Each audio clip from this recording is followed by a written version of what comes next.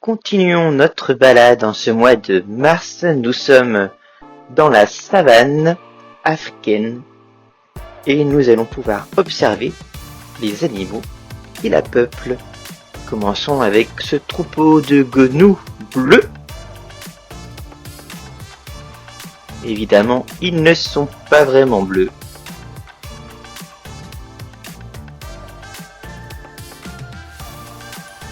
C'est plutôt un pelage gris argenté à gris brun, une crinière noire et des rayures noires verticales distinctives sur les épaules. On appelle souvent les animaux de couleur grisâtre bleu, comme la baleine bleue ou le héron bleu, mais ils ne le sont pas. Ils sont néanmoins vraiment très beaux. Enfin, c'est ce que je pense.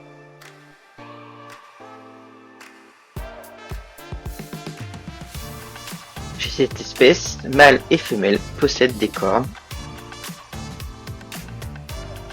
Ils sont d'ailleurs connus pour partager leurs espaces avec les zèbres, comme ici. Le parc accueille des zèbres de Grévy. On les reconnaît facilement puisqu'ils n'ont pas de rayures sous le ventre.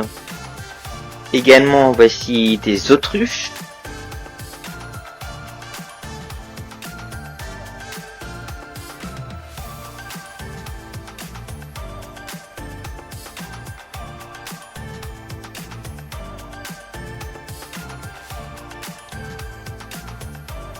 On observe un hippotrague noir qui est en train de brouter sur notre droite, ainsi qu'une gazelle de la sous-espèce de more.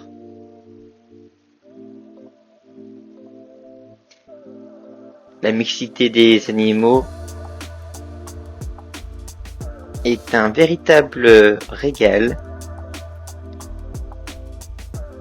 au niveau de l'animation tout au long de la journée. Il y a toujours quelque chose à voir, un moment à vivre. Et nous assistons actuellement à la rentrée des animaux de la savane. D'abord les hippotragues noirs, puis les autruches,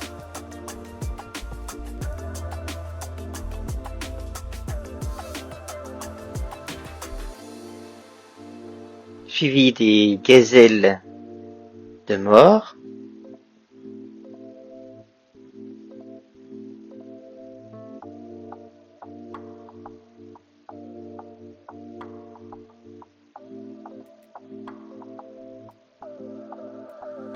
les canards indiens en file indienne,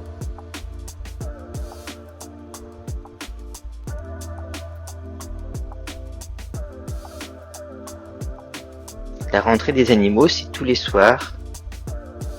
L'heure est indiquée d'ailleurs sur un panneau autour de la plaine. Un grand moment que je vous recommande.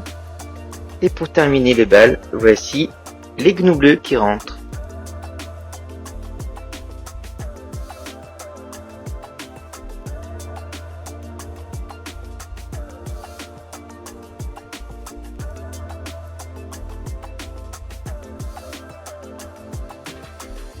À l'intérieur du bâtiment, voici le groupe de girafes, uniquement des femelles.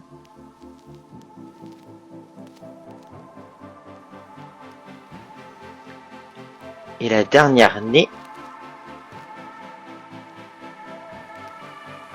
date de juillet 2025.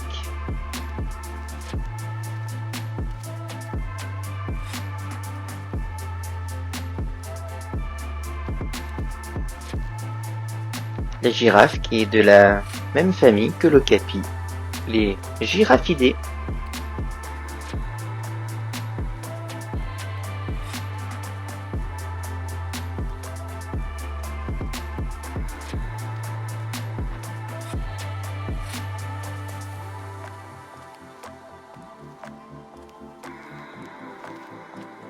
Voici toute la troupe de gazelles de more. bien rentrer à l'abri.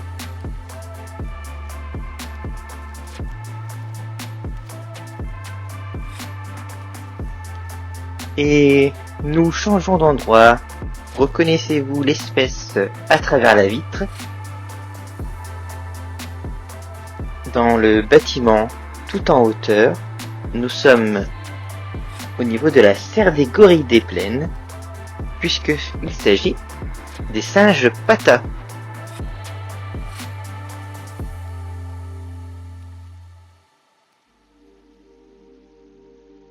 Les patas qui peuvent profiter de l'enclos extérieur pendant l'absence des gorilles qui ne sortent pas quand il fait trop froid.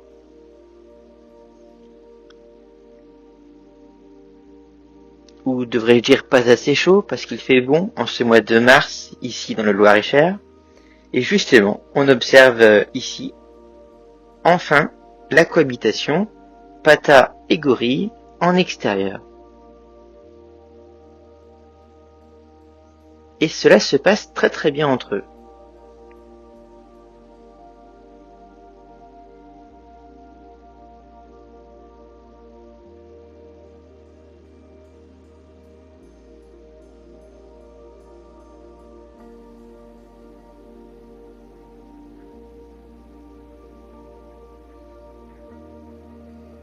Le groupe de Pata a accueilli une nouvelle naissance en février 2025. Il y a donc pratiquement un an.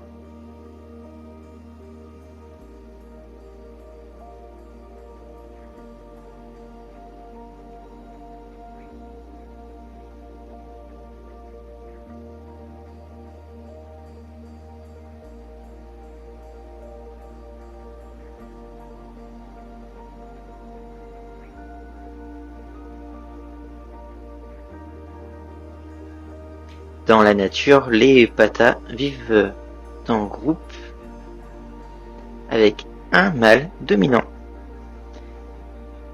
Rentrons à l'intérieur de la serre et voici des podocnomides de Cayenne et les dendrobates jaguars.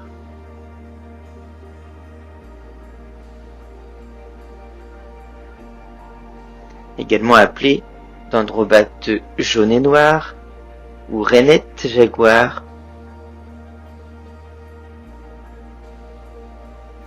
Animal diurne et solitaire que l'on trouve en Colombie, au Venezuela, Guyana et au nord du Brésil. Elles ne font que 3 grammes. Elles doivent leur nom évidemment à leur tache noire et à leur bande jaune et noire.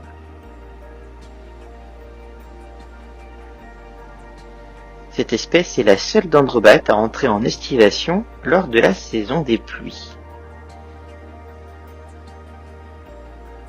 Elle va vivre en captivité entre 10 et 15 ans, alors que dans la nature, ce ne sera que 5 à 7 ans. L'occasion de venir ici les observer dans la serre des gorilles des plaines.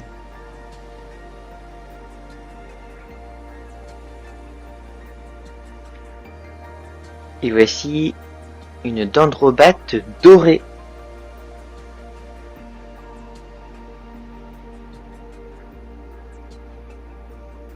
Elles vivent également en forêt tropicale humide.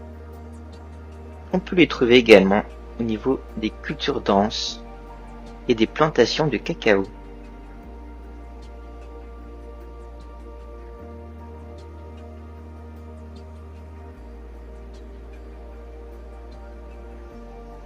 Et ici voici les dendrobates bleus.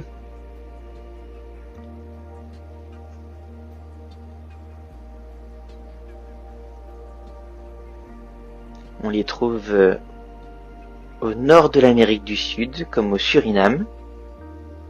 Sa couleur sert à prévenir ses prédateurs de sa dangerosité.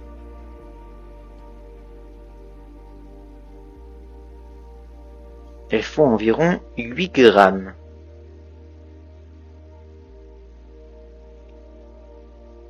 pour une hauteur de 3 à 5 cm.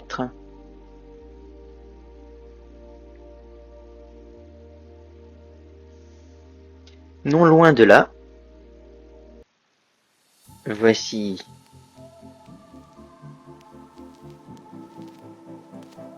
un crocodile et maintenant un caïman. Il s'agit même d'un caïman à lunettes. Il partage le bassin avec des podocnomides de Cayenne que l'on voit actuellement, des poissons et une autre espèce de tortue, tortue scintillaire.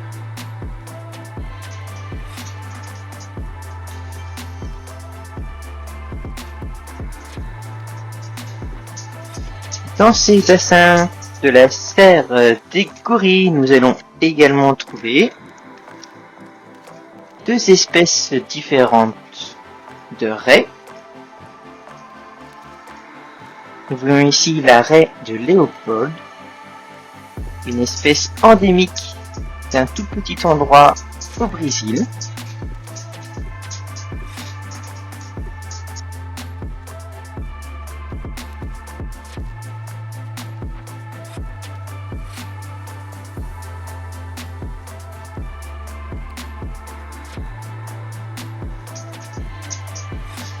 On dispose d'un bassin pour les jeunes, situé au-dessus du grand bassin.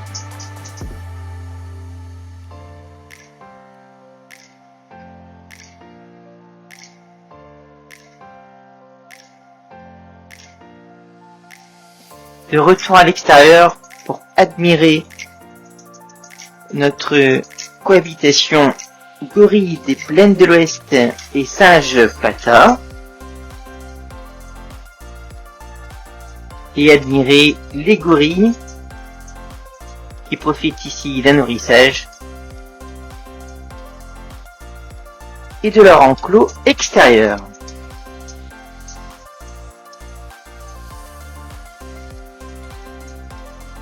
Souvenez-vous, ici, notre groupe de gorilles avec un nouveau mâle reproducteur que l'on verra d'un peu plus près juste après vient d'être constitué. Alors tous les mâles développeront un doigt argenté lorsqu'ils atteindront l'âge de la maturité sexuelle, c'est-à-dire entre 12 et 15 ans. Mais pour autant, ils ne deviendront pas tous dominants instantanément. Généralement, lorsque leur doigt argenté commence à se développer, les jeunes mâles se détachent du harem familial pour vivre en solitaire ou pour former une coalition avec d'autres mâles dans la même situation. Ces mâles vont ensuite affronter les dominants des harems pour devenir reproducteurs à leur tour. Et nous voici à l'intérieur pour observer une femelle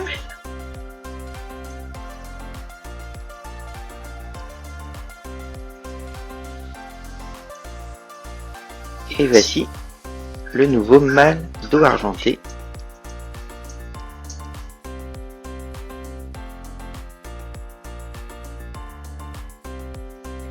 Un mâle peut peser jusqu'à 270 kg, tandis qu'une femelle ce sera entre 90 et 110 kg. La différence est importante. Ce sont des animaux principalement herbivores qui se nourrissent en grande quantité de feuilles et de racines et quelques fruits, parfois des insectes. Changeons de serre, non loin de là. Vous l'aurez compris, il s'agit de la serre des orang-outans, puisque nous pouvons observer des orang-outans.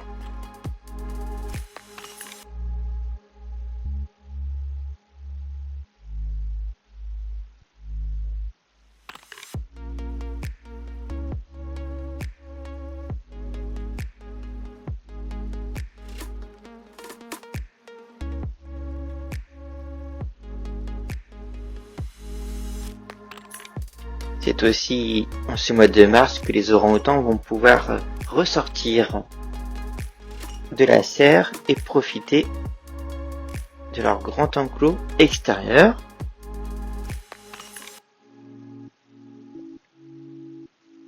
Le dernier jeune né chez les orang-outans date du mois d'août 2023.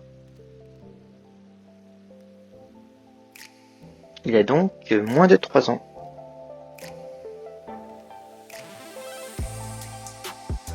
Et le voici.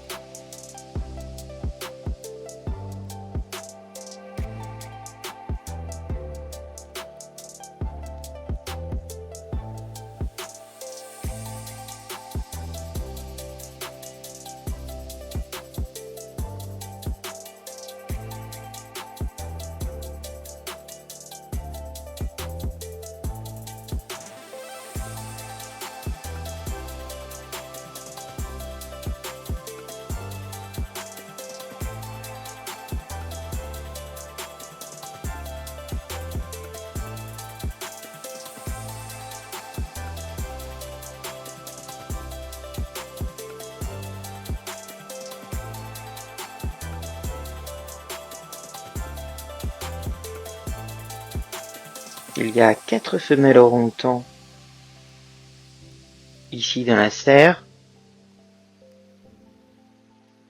La plus âgée a 39 ans. Il y a également une mère de 35 ans avec sa fille de 10 ans.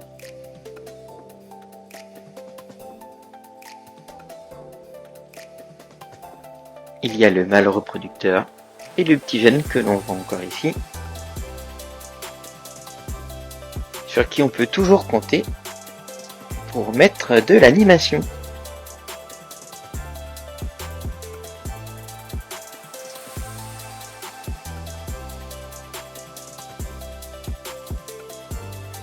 Chez les orang-outans, les enfants restent en général accrochés à leur maman pendant un peu plus de 2 ans. Notre petit jeune de moins de 3 ans est donc déjà assez indépendant.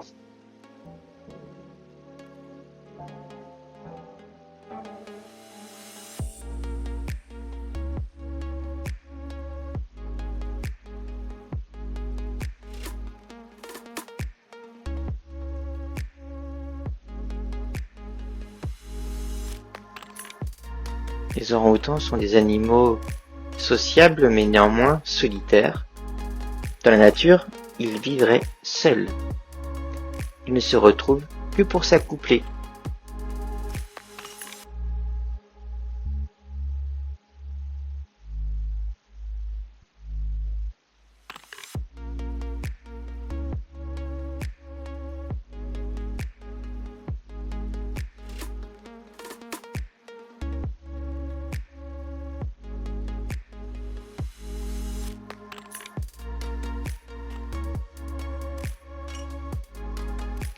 Et les voici en extérieur.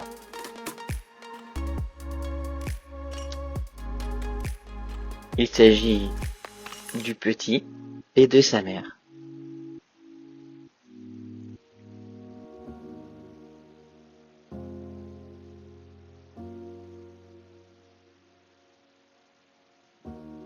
De l'autre côté de la serre, voici l'île des chimpanzés. Eux aussi sont de sortie en ce mois de mars.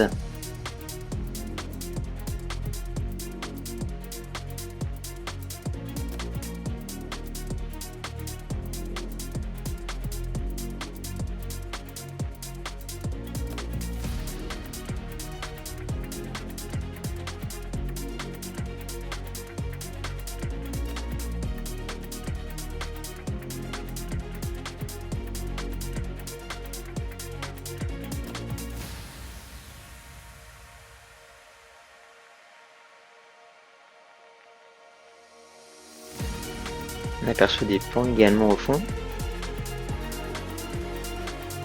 Un chimpanzé qui passe le fil électrique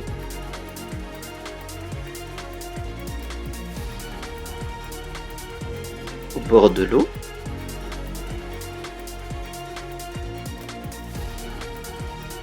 un héron sauvage.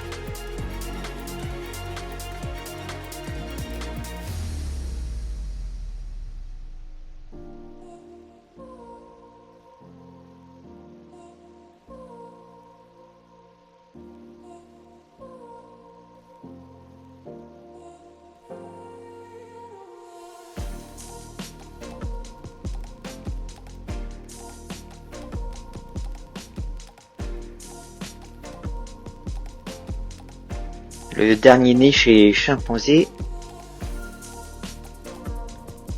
date de 2022.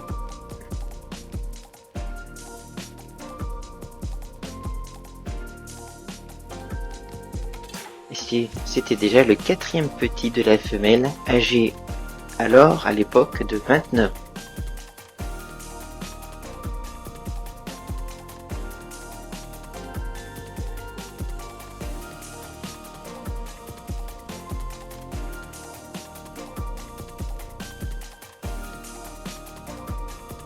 Voici un petit goûter en milieu de journée.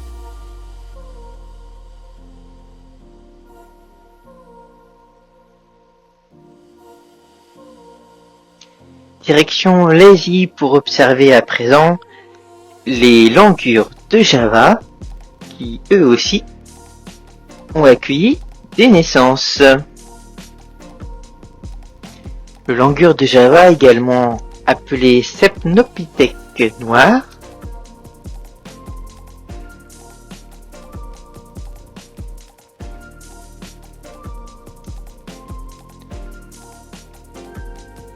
tous les petits naissent de la couleur orange, comme on peut le voir actuellement. Et certains individus, quel que soit leur sexe, deviendront noirs ou resteront de la couleur d'origine.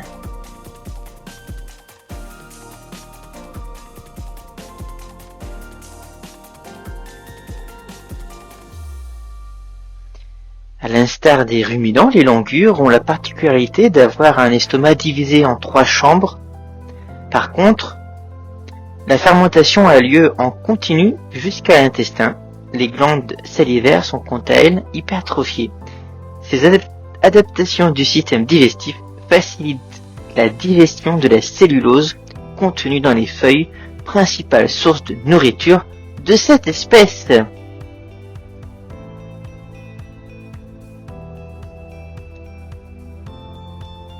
On les voit d'ailleurs ici manger l'écorce des branches.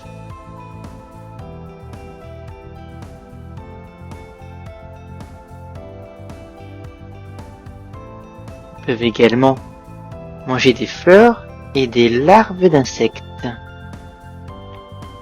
Mais ce sont bien des folivores.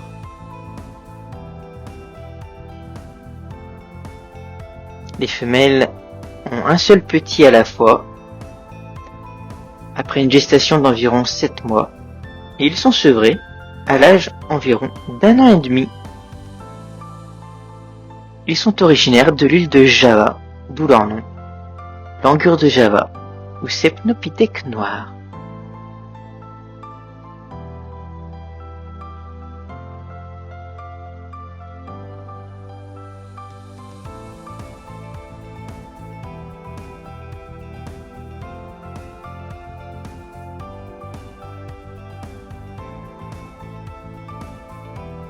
Et voici une autre espèce de primate. Nous sommes sur les hauteurs de Chine. Voici les rhinopithèques de Roxelane.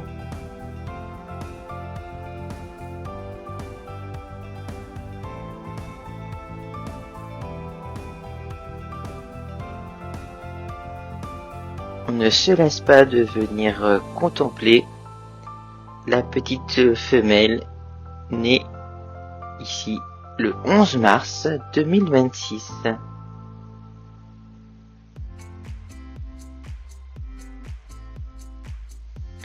Chez les rhinopithèques de Roxelane, toutes les femelles s'occupent des petits, ce qui est également le cas ici à Beauval.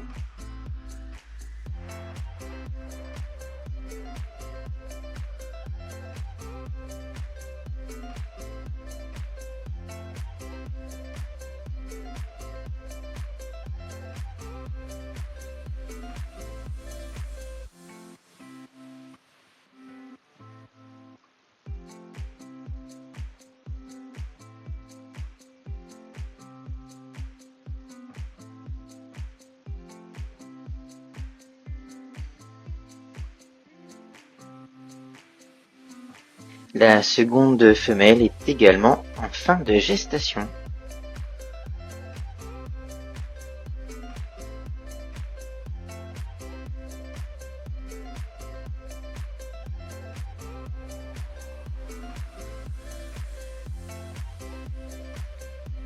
Chez les singes dorés, la femelle est un peu moins grande.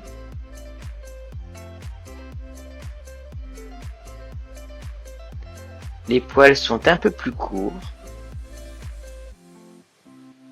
Et la poitrine plus imposante. Là, on peut bien voir le bébé. Je vous laisse contempler ces images.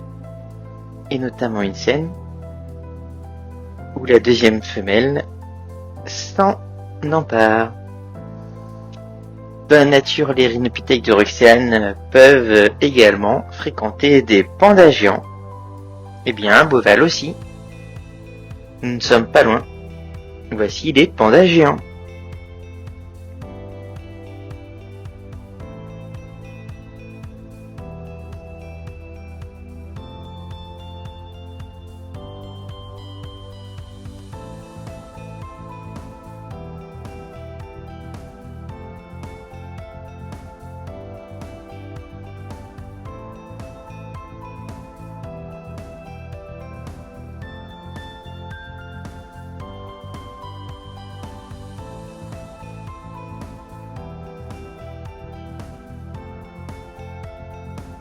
Rappelons que Rodolphe Delors a signé le jeudi 4 décembre 2025, il y a quelques mois, une lettre d'intention avec l'association chinoise pour la conservation de la vie sauvage, seule habilitée à encadrer les prêts de pandas aux nations étrangères, en vue de poursuivre le partenariat en matière d'hébergement de pandas à Beauval.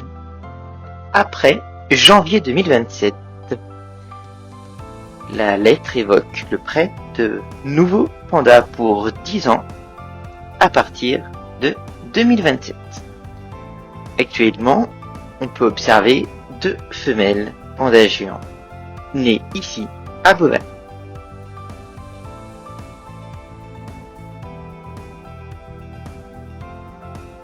Elles sont nées le 2 août 2021.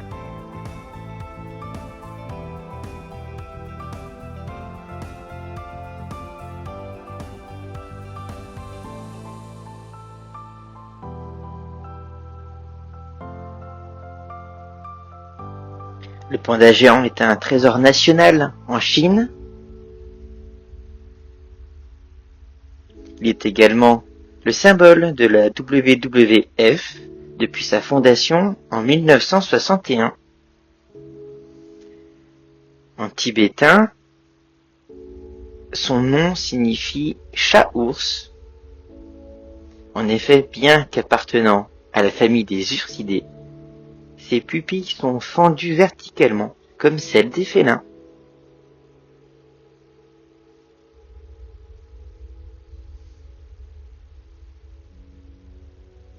On peut observer ici à Beauval les 2 femelles chacune dans leur enclos, et le soir, comme ici, dans leur loge intérieure. Et c'est sur cet animal emblématique que nous allons nous quitter. Et je vous dis à très vite et profitez bien de ces beaux moments.